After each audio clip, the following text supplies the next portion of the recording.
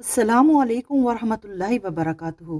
नाजरीन इकराम, आज हम एक ईमान फ़रोज़ वाक़या सुनेंगे जिसका तल्लक कुरान की इस अजीम आयत से है जिसमें अल्लाह ने दीन को मुकम्मल करार दिया।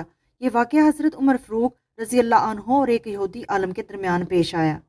काबुल अहबार जो यहूदी आलम थे और बाद में मुसलमान हुए, उन्होंने एक दिन हज़रत उमर फ़ारूक रज़ी अल्लाह अन्हो से कहा, ए अमीरुल मोमिनीन, अगर हमारी किताब में सूरत मायदा की ये आयत नाजिल होती कि आज मैंने तुम्हारे लिए तुम्हारे दीन को मुकम्मल कर दिया, तुम पर अपनी नेमत को पूरा कर दिया और तुम्हारे लिए इस्लाम को बतौर दीन के पसंद कर लिया, तो हम इस दिन को ईद का दिन बना लेते।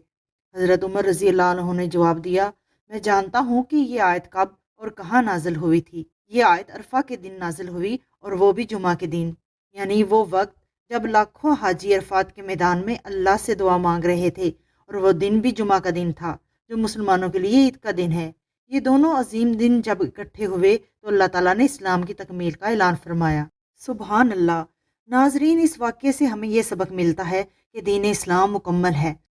अल्लाह ने जिस दिन इसे मुकम्मल करार दिया, वो दिन हमारे लिए हमेशा बाबरकत और यादगार है। हमें इस नेमत की कदर करनी चाहिए और दीन पर साबित कदम रहना चाहिए। अल्लाह ताला हमें अपने दीन पर इस्तकामत अता फरमाए और इस्लाम की इस अजीम नेमत का शुक्र अदा करने की तौफीक दे। अगर आपको ये वीडियो पसंद आई तो इसे दूसरों तक ज़रूर पहुँचाए। जज़ाकुमुल्लाह खैरा।